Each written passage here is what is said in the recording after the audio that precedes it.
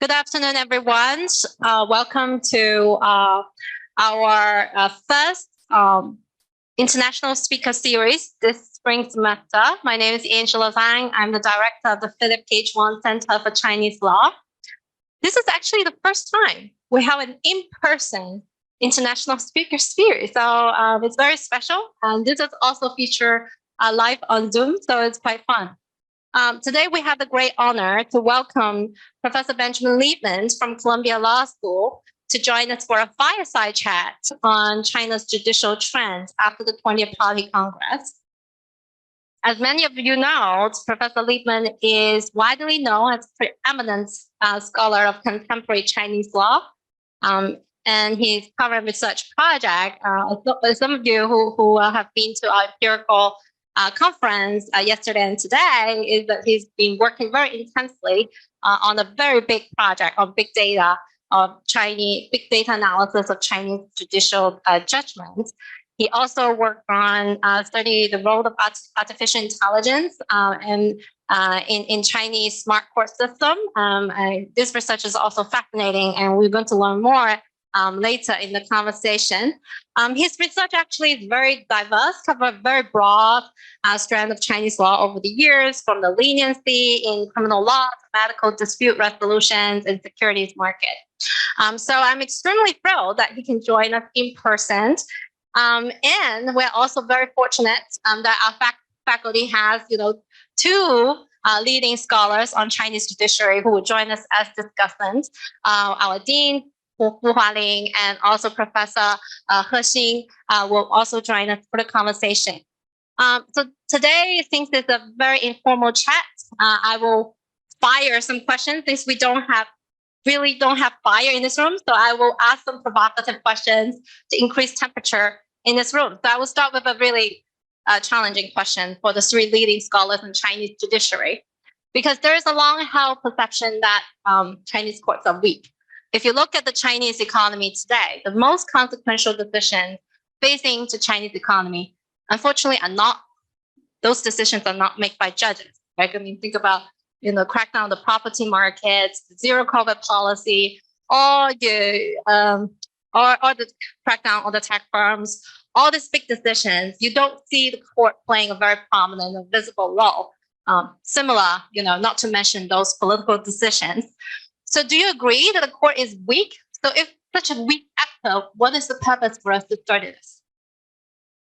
Ben, why would you want to start? Yeah. So first of all, thanks for having me. It's great to be back and to be in person and to be fireside, I guess, as we are. Yeah, I mean, so courts are still incredibly important institutions. Right? I mean, they're handling 30 million cases a year.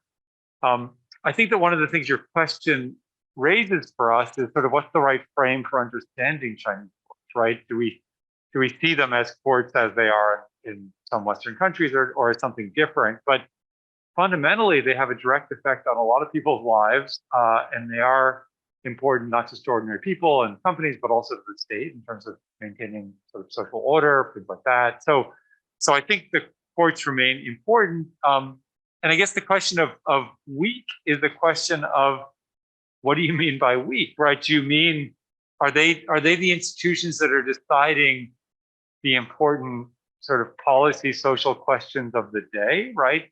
No. But are they able to decide a lot of cases, in ways that resolve disputes? In some cases, yeah. So I think the frame of weak often comes from the idea that they can't decide, or they don't have the authority to either rule against the state or decide political cases independently. And I don't think that's changed, right? I mean, obviously it's not changed, but that doesn't mean they're not important as institutions within this system. Do either of you want to chime in? Right. I guess to answer your question, there has to be yes and no. As been said, it really depends on your reference point. On the areas that you just mentioned, policy issues like pandemic control, I mean, I guess no one really expect court to play the crucial rule in the process. But then, say, give example, if you look at the legislative power of the Supreme People's Court, probably it is the most powerful court on earth because it does make law. If you compare courts with standing committee in terms of law-making power, so in that sense, it's quite powerful. So I guess the critique has to be sort of nuanced. Look at the sort of the larger body of cases, 30 million, then how we're going to make a judgment of the effectiveness of the judiciary.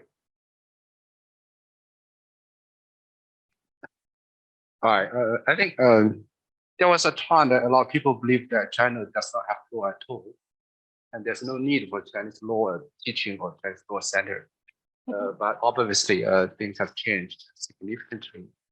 So I believe Dan and Hualing were perfectly right. Like China may not. Chinese court may not be the most important political decisions, but actually, Chinese court has been an important leverage in China's constitutional change, and also the power structure as well. And then the dispute that has had handled by the Chinese judiciary provide a perfect window and aperture to understand the tension of the society, how the state deal with the tensions, how the litigants view justice, etc. I think that it means extremely important to understand Chinese law and society and the political system as well. Okay. Just to follow up on that, since we all know that the Chinese courts, unlike Western courts, say the courts in the United States, are not completely independent. They more or less can be viewed as part of the bureaucracy in the Chinese system. So how do you characterize Chinese court? I mean, what kind of animal is that? Any one of our three speakers would like to jump in? You wrote the book about it, so. I was thinking about that when I asked that question. So this is a question for Frank. Well, maybe you should ask it is, do you think the way you framed it in your book is still the case? Like, I'm taking the role of the questioner, sorry, but I mean. Your book can be renamed as what kind of animal is Chinese court? Yeah.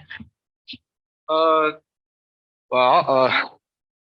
of course, I mean, I agree that Chinese court are not independent, but that's almost the case for most courts in the authoritarian regimes and states, right? So,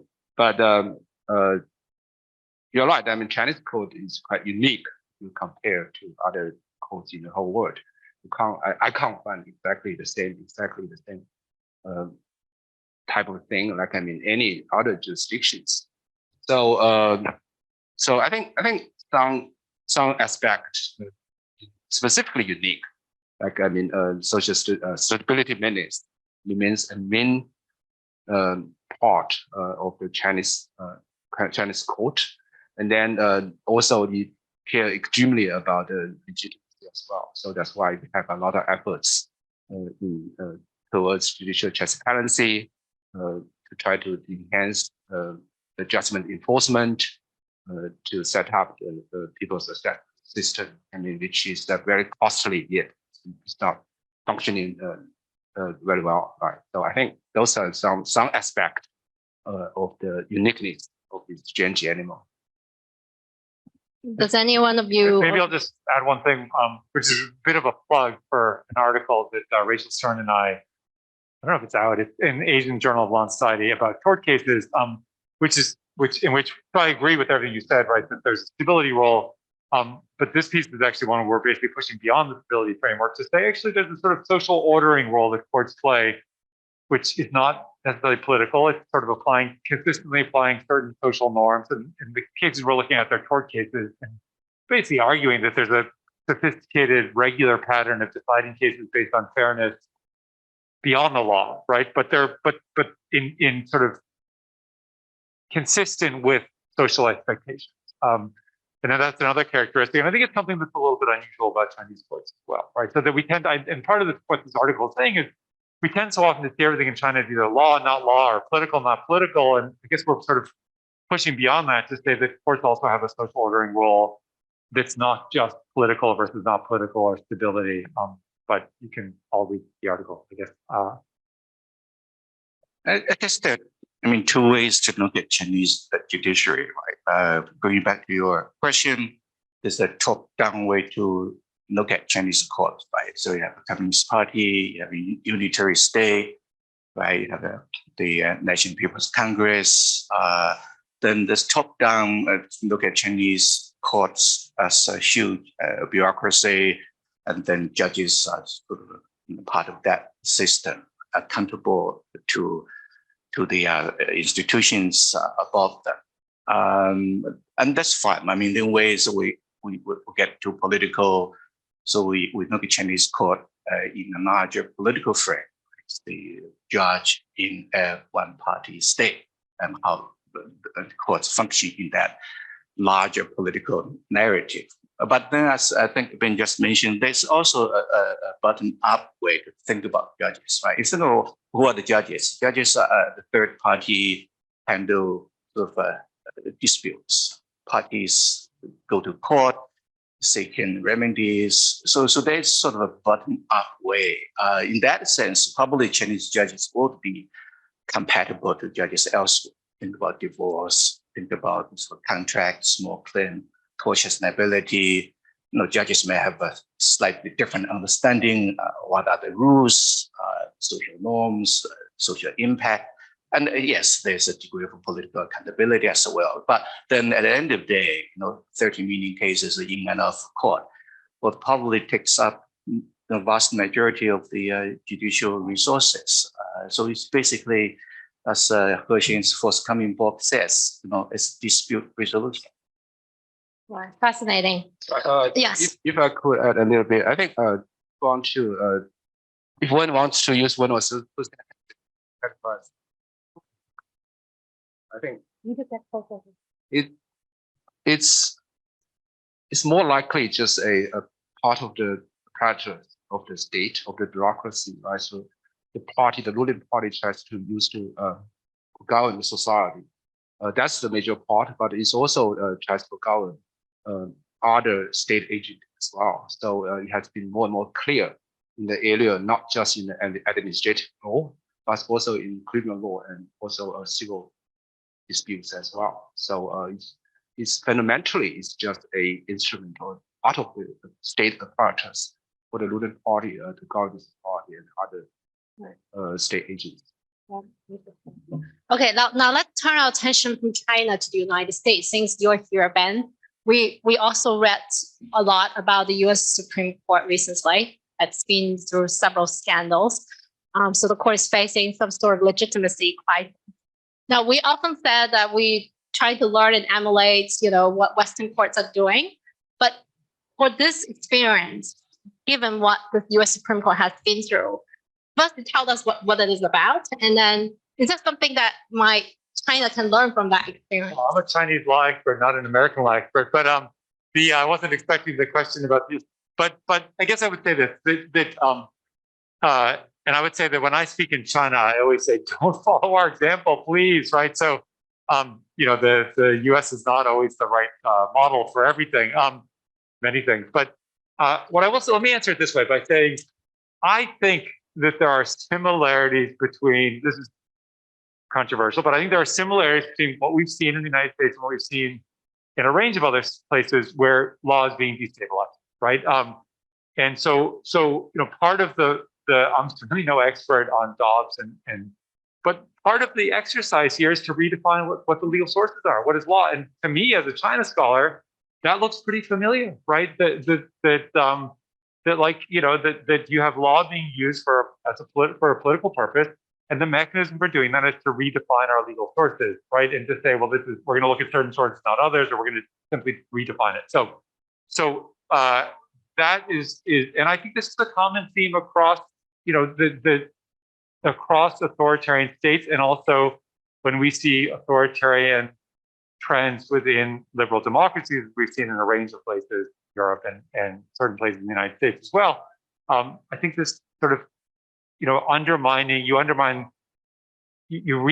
you destabilize what we think about law as a tool of advancing your own vision of the world or power or whatever. So I haven't quite figured out a way of articulating that in the U.S. context, but I do think there are some similarities here, and because it can't simply be that the law is whatever 5 people think it is, and they can just redefine it, despite many years of precedent. Sort of, I don't know that's the answer, but I guess that's my answer is I think there's value of precedent in some cases, and you need to respect it, and that's obviously not been done in the United States. I mean, it's been done clearly with a political agenda.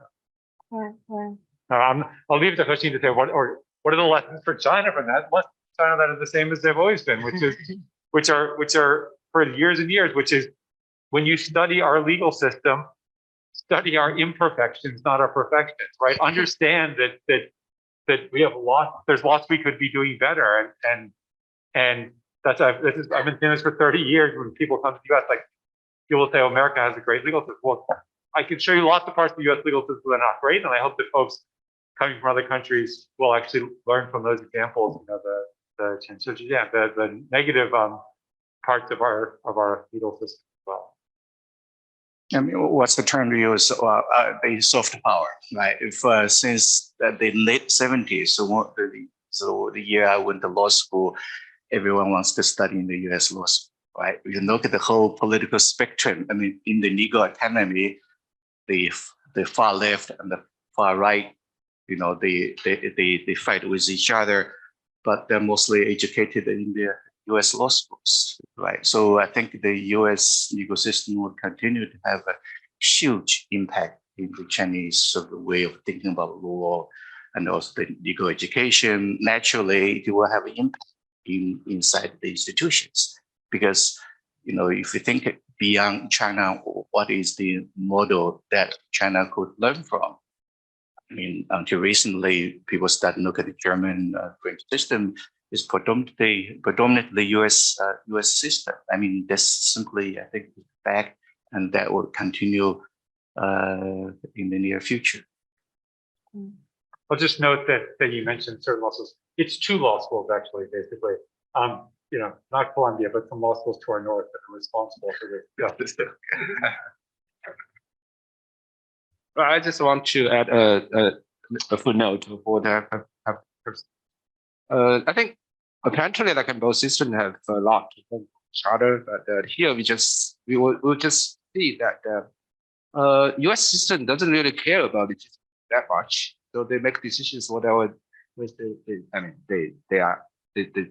did, but so they don't really care about legitimacy that much. But Chinese system about legitimacy very much.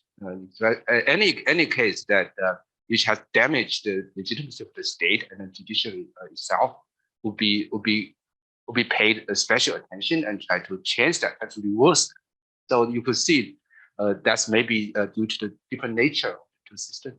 Yeah, I'll disagree just slightly. That is, I think there's a lot of attention to the question of legitimacy in the U.S. right now, and I think it's getting a lot of attention right now. And obviously, we didn't see this in the Dobbs decision, but in some context, I think Chief Justice Roberts is clearly aware of this, and that's explained. So, but when it comes to the really important stuff, maybe not. But so I guess I'd say this is a big issue in the U.S. right now. Right. Okay. So now let's turn back our attention to China. And I read several articles by Professor He and Professor Hualing. I think both of you have done research on China's recent judicial reforms, and there seems to be a lot of things going on. I mean, could you tell us briefly, what has changed and what are the key changes, and what are the impact, and are there any unintended consequences resulting from these reforms? Hualing, would you like to go first? Right. So you have an article in the China Quarterly with my former PhD student wrote the article mostly. So right. So the people, judges, lawyers I went to law school with, right, are retiring in last year, this year. So in a way, it's like, look at that group, right? The first 3 generations of lawyers post the Cultural Revolution went to law school 78, 79, 80, now have reached the retirement in China. So what's the meaning of that? It means the whole life, right? 30 years were the age of judicial reform. They went there studying judicial reform, the continued reform system at the time of the retirement. So the question is, often the question to them is what they have done their whole life, right? Their whole life is judicial reform in China. So I guess if really you push them to give an answer, probably is now we have something called judges courts, which were not there in those days. So somehow you say the emergence of sort of what term you use again, the self-referencing community of judges, lawyers who could sit together to talk about law, right? And that is not easy. I mean, it's still very fragile. But then I think the larger trend is clear. Whether that what emerges out of it is Hong Kong's system or the US system, I don't know. It will be a Chinese judicial system, but then you start to see sort of the prototype of a Chinese judicial system, right? I would still call it a judicial system with judges working in courts, handling cases to their best ability given the circumstances. So in that sense, I'm sort of optimistic in terms of the future. I mean, every chief justice has its agenda, their success, their perceived failure. Who knows? Next one would do something different. So. But Frank, would you like to chime in on this question? Yeah, I'll just focus on some and go back to your question. Like Yeah. Well, there are a lot of projects have been going on, and I don't want to repeat from the newspaper, right? So, but the underlying point of the reform strengthen the central authority's control for the judiciary as well as the society. From the perspective of political leaders, I would say the reform are quite successful in a way that has achieved intended consequences.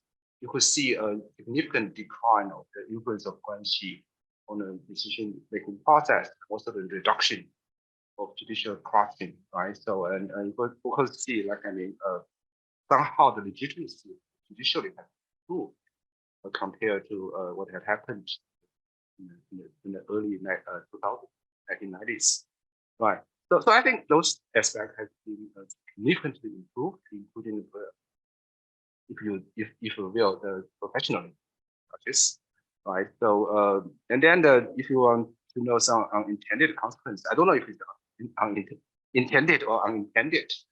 I would say that the judges feel more pressure during this period of time because they are offered a little bit increase of their salary and so-called promotional opportunities, but their task is a lot more precious than case. Wow, they feel they are squeezed in the system. So I don't know if that might be someone the political leaders have intended,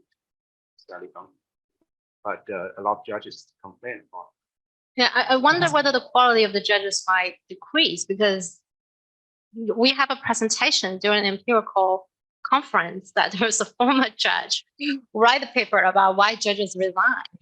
And because the job is so intense and it's less attractive and the job satisfaction is low. So it's more difficult to attract the best talent to join this legal profession, which might have long-term consequences. Although also just on that point, also, I mean, I should preface all this by saying, obviously I've not done any field work in China since before the pandemic. So I don't have great recent information, although I think, I have a similar sense that professionalization and centralization of power have continued sort of hand in hand. On the judges resigning, I mean, part of this is just rational. That is in a competitive legal environment, lots of young people go into the judiciary with the clear intent of actually leaving, getting enough years of experience and then leaving. So there was this wave of resignations that started the reforms, but I think also this, it's a career choice where you do a certain number of years of course, and then you have more value in the private market.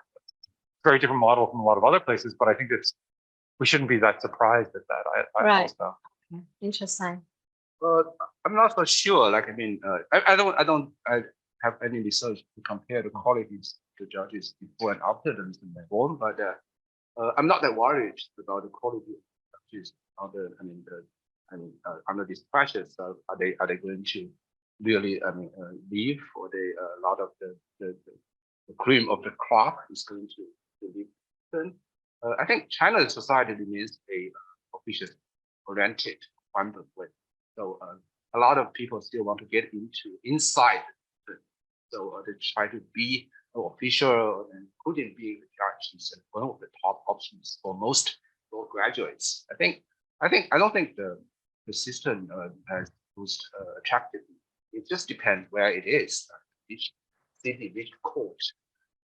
That's still most graduates still prefer to be a civil servant rather than getting the private market as a education policy. Right. Okay. Just to add a little bit, so it may not necessarily a bad thing, right? If you look at the judges we know well, the judges we used to train, right, in Guangdong courts, right? If you look at them, many of them, yes, have left the judiciary, but then they're not necessarily just go to the legal profession. Many of them say transfer to the party's organization, government. So maybe that is sort of a good sign of juridification, right? So judges are now working in other more sort of powerful departments with their background, knowledge of law. They contribute making sort of a better society. If you trust the judges are the sort of the people we think will train the judges, they are capable, competent in terms of the contribution of the legal development in China. Frank, you already mentioned this, that the recent reforms have been aimed to tighten the party's control over judiciary, so become more centralized control. And I remember you done some work on this, that this helps the central government to combat local protectionism. Could you tell us a bit more about that research finding? I think this has been a change for more than a decade in many. So in administrative law, obvious. So the rule of law, to govern in accordance with law. So to make sure that officials following the rules. Then of course the judges ask to participate in this process. Actually, doing the administrative litigation, I think that has been strengthened. And then in civil aspect, I think it's very clear that the local protectionism has been fought against, and that has been reduced significantly because of a lot of efforts, including the setup of the special tribunals of the Supreme People's Court, right? So, and then also the elevation, personal and doesn't decision to the provincial level, regional, local. So that has happened in the civil field. In criminal field, it's very clear that the Supreme People's Court has taken back its power in reviewing the death penalty decisions. That's one thing.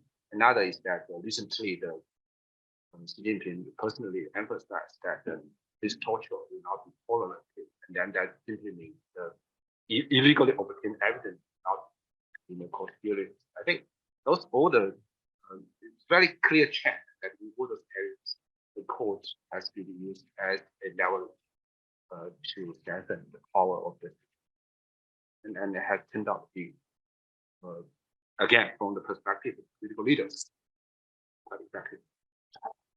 Do either of you want to try? I'll just add that, I mean, we may be talking about this in a minute anyway, but I think a lot of what's gone on in terms of embracing technology in the courts is part of this process, right? That China is in many respects leading the world in a lot of new technological innovations, and a lot of this comes back to centralizing power. I don't know if I'd say centralizing power with the party, but certainly in the Supreme Court, right? Giving the top higher level courts more authority over lower level courts as well. I think that explains a lot of what's going on with smart courts. Oh, great. So let's go directly into the topic of technology, which is what you all have been working on for a long time.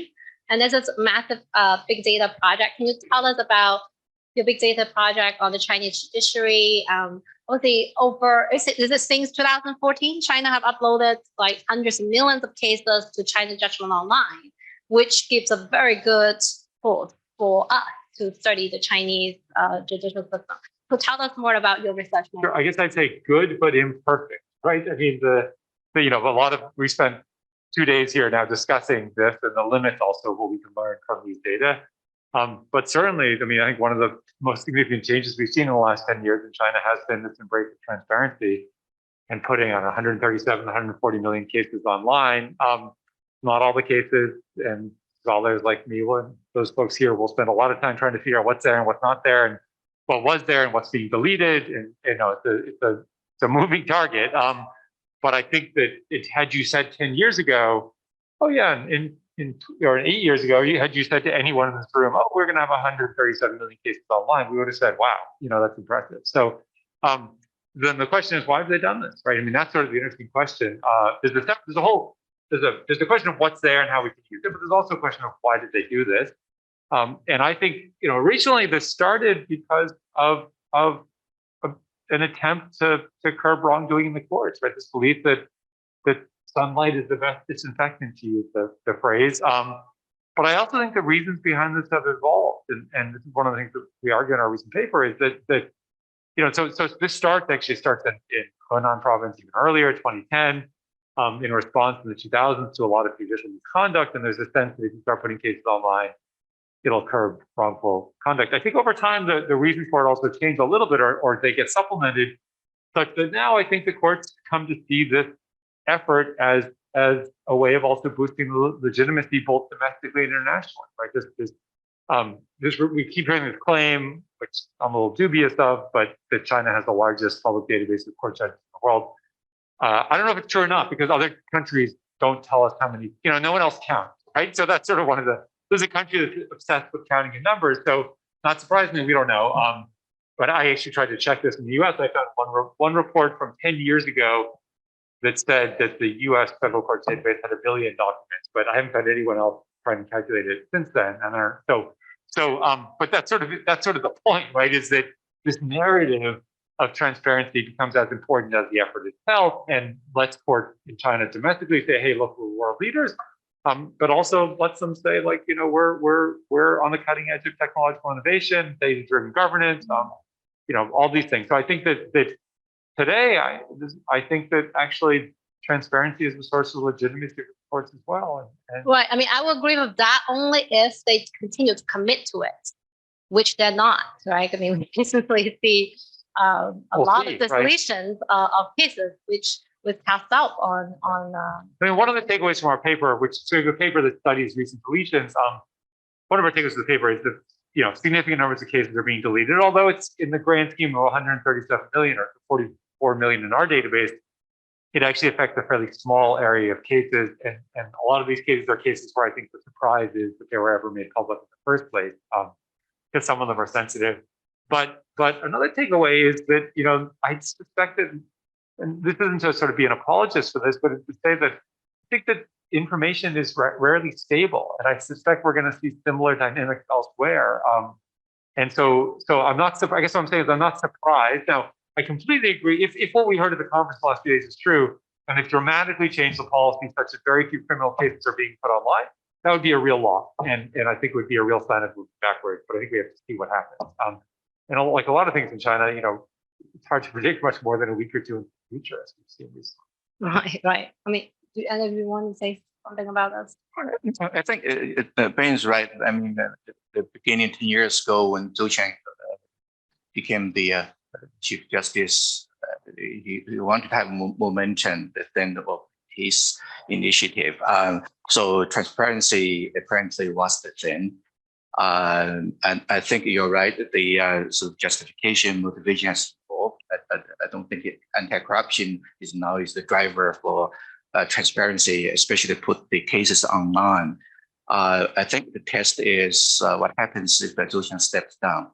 Somebody else comes up, would have to do something new, then you would have to divert all the resources to some new initiatives. That will be the uncertainty for the and cases. I'll just add one thing, which is, certainly the efforts that smart courts, bringing technology into the courtroom, AI, this is all consistent with central government policy. If you look at central authorities like party statements, although we've definitely seen it, in the early 2010s, we saw a lot of references to transparency. That's mostly gone. The courts are still talking about transparency, but the central political authorities are not. They're talking about data security, right? So I think part of what we're seeing here in the courts is really a reflection of national policy. That is, it's not the courts that are changing, right? It's national policy, and this shift from emphasis on transparency to emphasis on data security is therefore being passed down to the courts. I also think that from the again, I haven't been in China, mainland China, in 3.5 years, but I think there's a lot of uncertainty about what these new data, personal information privacy, data security laws. I think people are still sorting out what this means because they're pretty vague, as you know well, right? So, and I think that we're seeing a little bit of that play out in the courts as well. Right. I certainly agree. Legitimacy. But I just want to add one more layer. I think it's just putting out all those cases online, even broadcast the hearing live. It's just an important way for the central authority to control the behavior of individual judges. Right. So originally, Chinese code used to be extremely hierarchical. It's the judge's decisions are controlled level by level. You have to be approved by a supervisor to be released. But nowadays, they are granted the power to make their own decisions in most cases.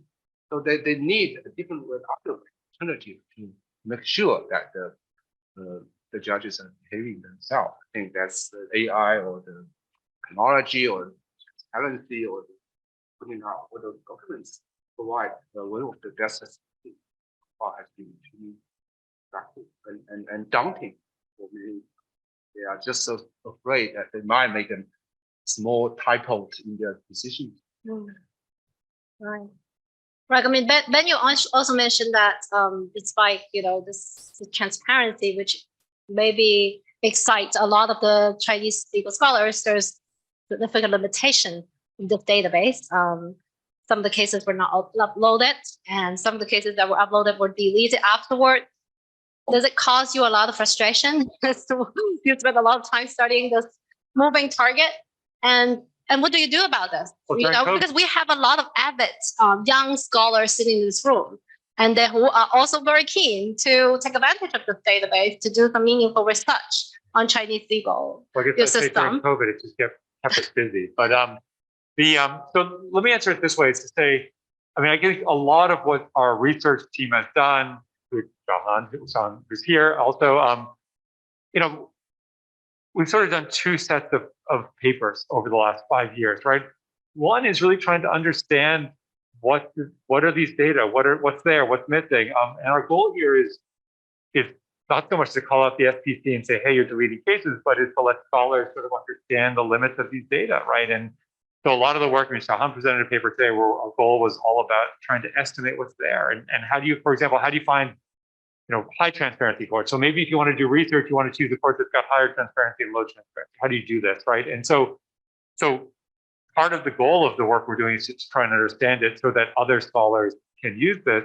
The other thing I'd say that we have focused on, and I think is a little bit different maybe from some of the other research teams data, is, I sometimes think that these data are almost better as a tool of discovery, sort of discovering new questions, than they are as a sort of tool of answering the questions. And so a lot of the work we've actually done involves deep dives. The tort case I just mentioned is one example of them. Deep dives into a particular area where we're actually not running regressions and doing these fancy statistical analysis that I don't really understand anyway, but we're just reading a lot of cases, reading thousands of cases. And so in a sense, to us, I think I speak here for Rachel Stern, who's been my co-author on a bunch of these pieces as well. I think that we found that in some ways, sort of mixed methods where we're actually sometimes we feel like we're historians going into an archive, right? But close reading of cases is really important, and continues to reveal new things, at least to me, about the Chinese legal system. And that's also another way of saying that you don't always need to have a complete data set to understand that. You should be conscious of it, acknowledge the limitations of your data. But at the end of the day, a lot of stuff we've been writing is not claiming that 26% of tort cases are this way or that way. We're simply trying to explore phenomena and describe what we're seeing and maybe theorize a little bit about what we're seeing, as opposed to say, give a clear, quantitative response to a question. Well, I'm curious about the response from Hualing and Professor Frank, because I don't think either of you have done extensive research using, doing big data analysis of the court. I mean, what I'm curious, why didn't you take that initiative? If I could crack that statement a little bit, qualify that statement, I think I might be the first document to run regression. That's true. Yeah. But very recently, yeah. Yeah, but for me, I think one is the my own training, right? So I'm trained in law school, so not good at statistics. So when I do that, I usually co-author with other people like, wow, really know this, right? So that's the thing. Another thing is that after I've written that piece, I don't feel I get I know the pattern, but I don't feel I really need. I don't understand the mechanism. A lot of process in this pattern. So I don't feel that fulfilled writing that piece. So that's why I turn to more to my original comfort zone. So to do interviews and do more qualitative stuff.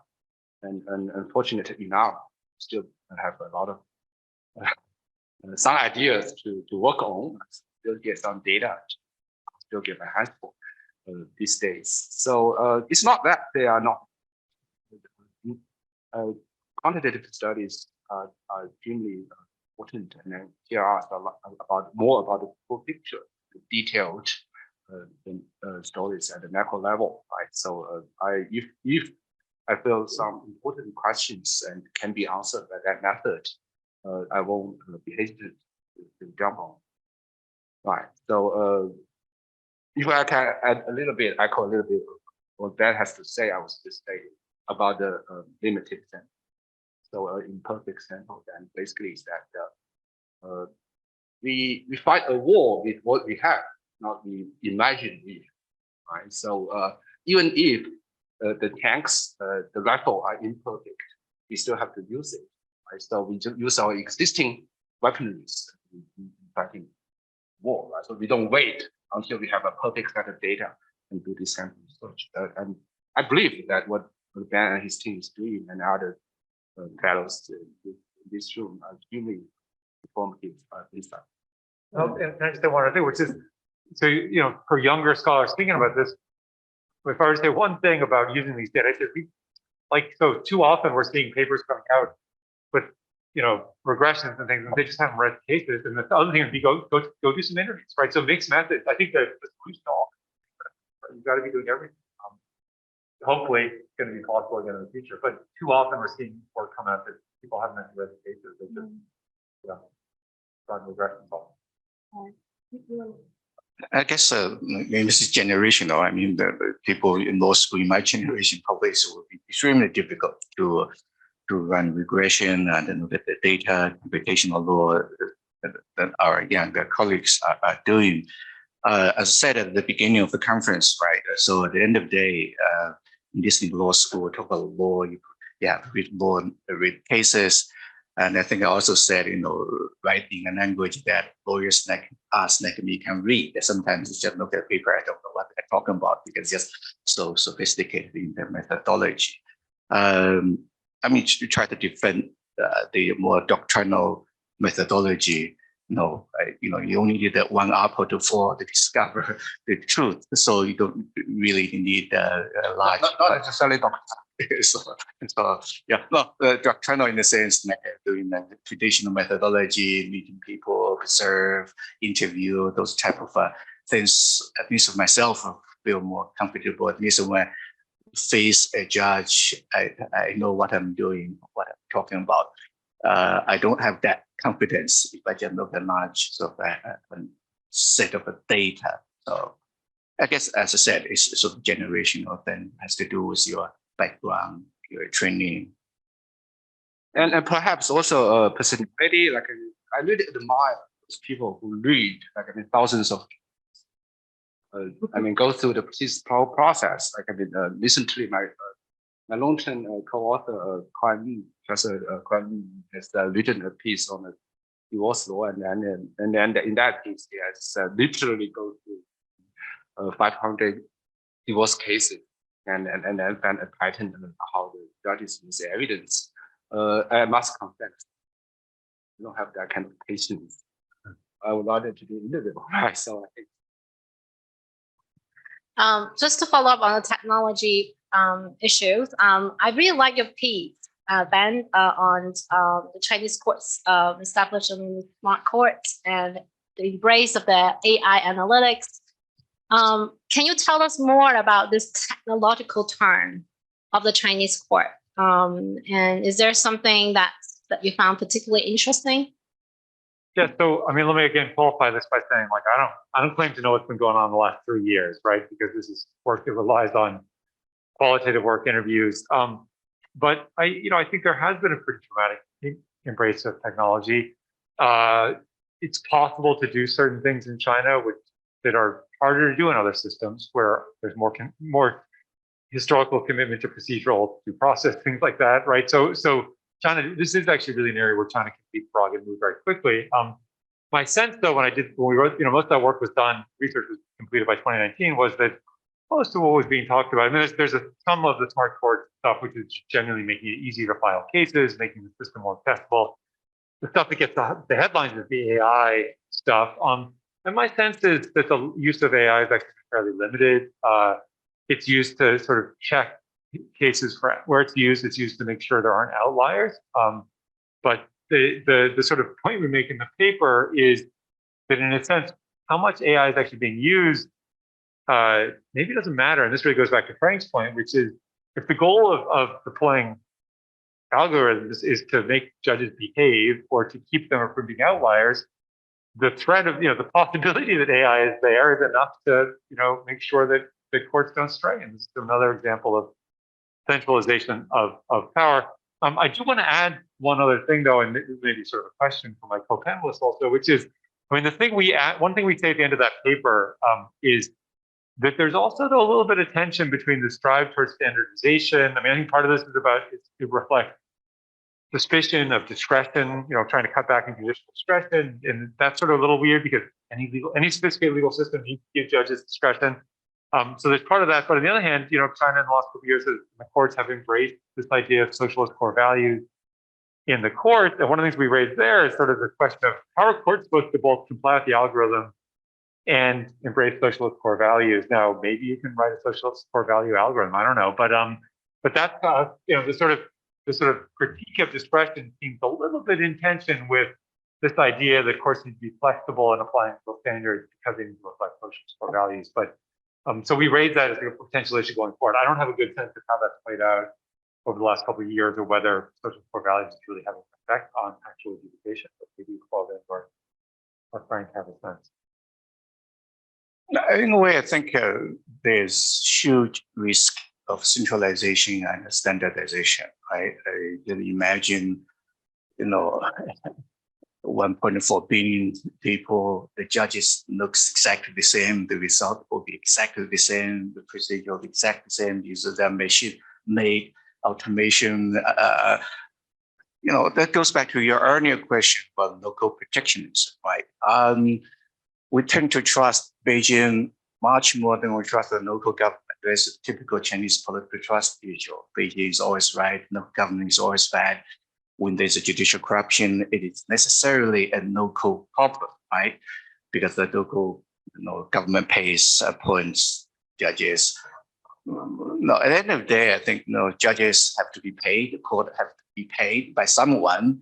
The question is, are you really happier if Beijing pays everything, or you think you could rely on local government? Right? Politics, local justice probably is also local because we're talking about the social fabric. So I think we need to really go back to the issue is, again, my generation of lawyers really love to have a centralized system. We blame local protectionism for almost everything that's going bad in Chinese judicial system. We're pushing so strong to have centralization. Now we say the results slowly of centralization. Now I think probably I have to go back to the local. But that probably is my guess. Actually, I don't have much to add. I think fundamentally, I think judges, the court are part of the state characters, and in particular, judges themselves are the agent state, the ruling party. So I think this AI thing might be that Dan already mentioned. It's an important way to regulate the behavior of the judges themselves. Right? So.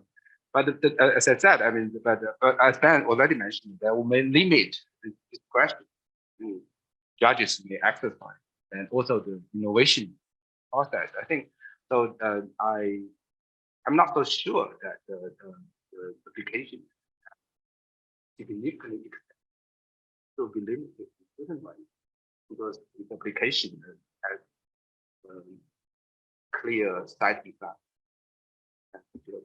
Right. I mean, what we observe so far, it seems like the AI analytics mostly been applied to very low courts, like the internet courts, which handle very routine and very large amount of small claim cases, which seems to make sense because it significantly improves the efficiency of the courts, right? I mean, or just sort of fairly routine criminal cases in regular courts. But again, like, one of the Chinese scholars said to me, like, you can write, you want to write an algorithm for sentencing for theft cases. It just looks like this. The more you steal, the longer your sentence, right? So I mean, it's like this, I don't know, but like it's not so. So like judges, and some of the judges I talked to a couple of years ago said this, like AI is being deployed in areas where they don't really need it because they already know what the answer should be. And the AI is not being deployed in the hard cases, but of course AI can't really solve the hard cases because there tend to be novel issues.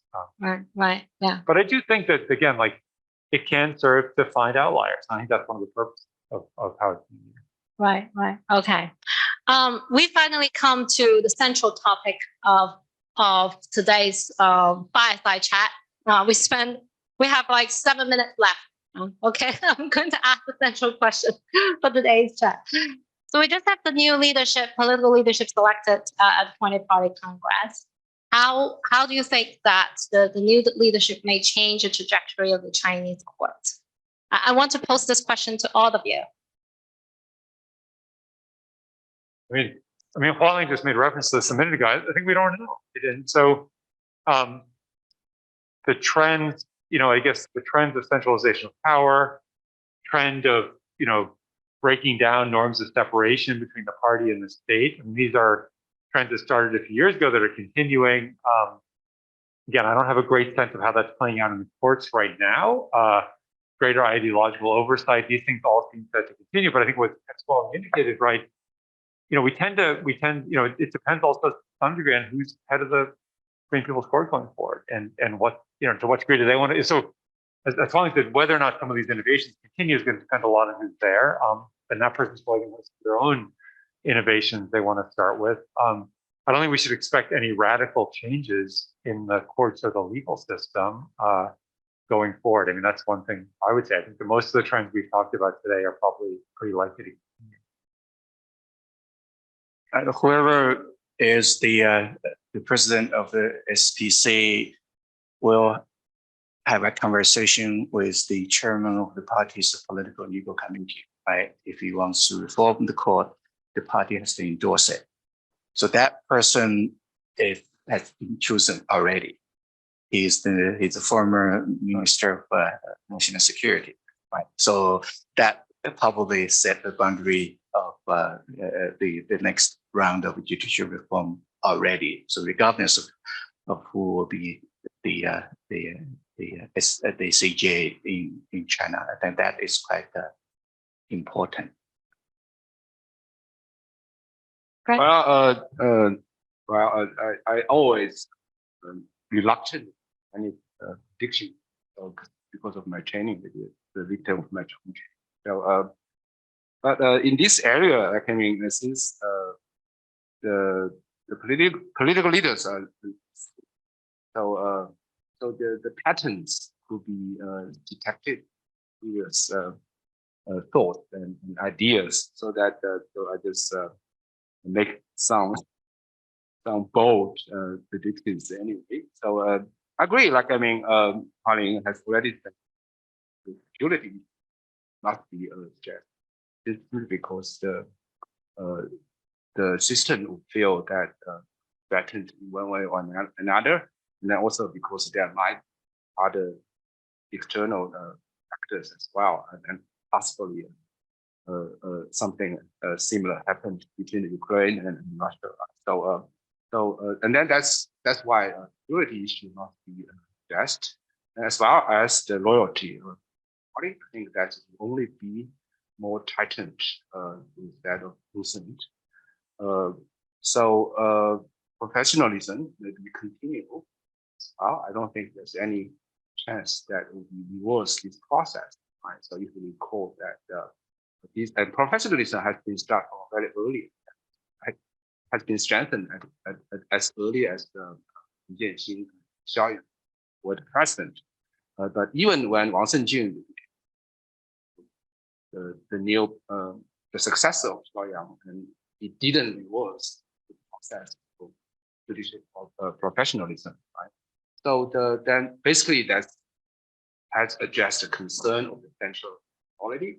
They try to use the judicial professionalism as a way to tightly control the judges. I think that's basically you will see the continued trend of this process.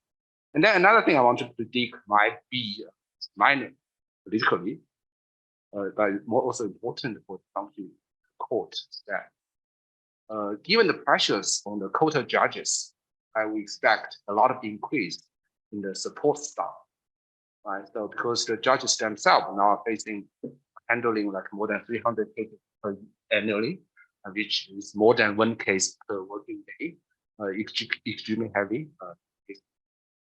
And the quota of judges has been kept, not be easily expanded or increased. So, but the court will have a lot of discretion in recruiting the support staff. So a lot of other people could be recruited.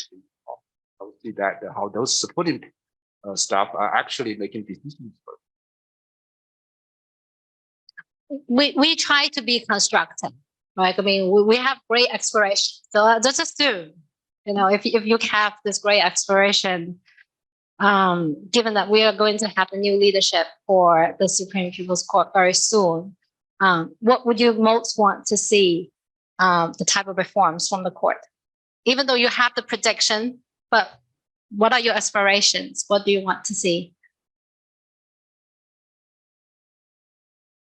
All right. Also, I think the trend is professionalization, right? That's the only probably option that is available. Is not it's not possible to have any sort of structure changes in the larger system. The only solution is the sort of inward look at the judiciary itself, better training, right? I hope they continue the sort of exchange with international sort of the communities. So basically, if you look at China in the past a few decades, if you say it is largely a success story, and then just do more of the same, right? Not to depart from the current path. Probably that is what should be done. That would be my sort of expectation. Well, the pure self-interest or interest of people in this room is keep those cases online, right? But and that's in the interest of China's courts, then it's good. And I think that the work that so many people in this room are doing, like fundamentally, this is helpful to China, right? That our belief is like by understanding what's going on, by analyzing things, even analyzing problems, this is generally constructive.